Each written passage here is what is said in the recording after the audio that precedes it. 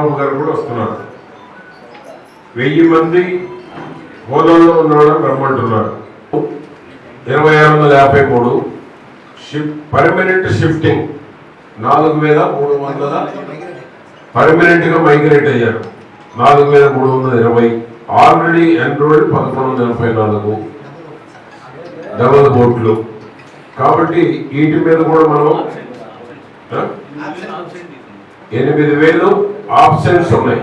అంటే non traceable. నేను మన ఎంపీ గారు చెప్పాడు అనామలీస్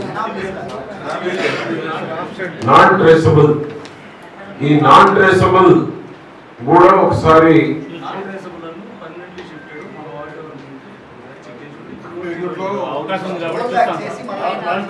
ఇప్పుడు హైదరాబాద్ లో ఉన్నారు, అక్కడ ఉంచుకుంటారా ఇక్కడ ఉంచుకుంటారా అంటే ఆప్షన్ అట్లా పోయింది.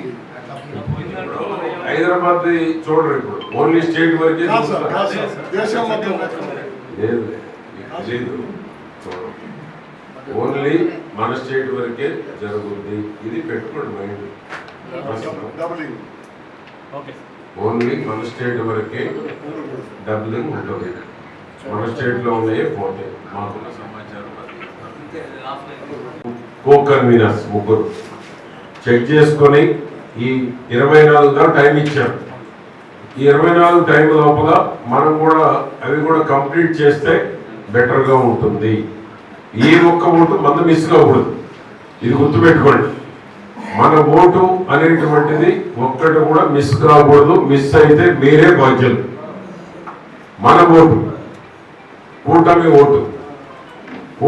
ఓటు ఒక్కటి కూడా మిస్ కాకూడదు.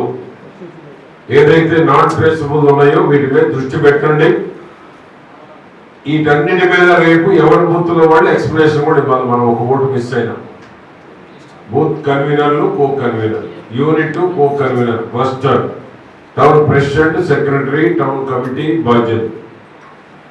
ఎక్కడ మన ఓటు మిస్ అయినా రేపు మనకు నష్టం. కాబట్టి దీన్ని ప్రతి ఒక్కరు కూడా నాన్ ట్రేసబుల్ ఇంకా 81 అయింది.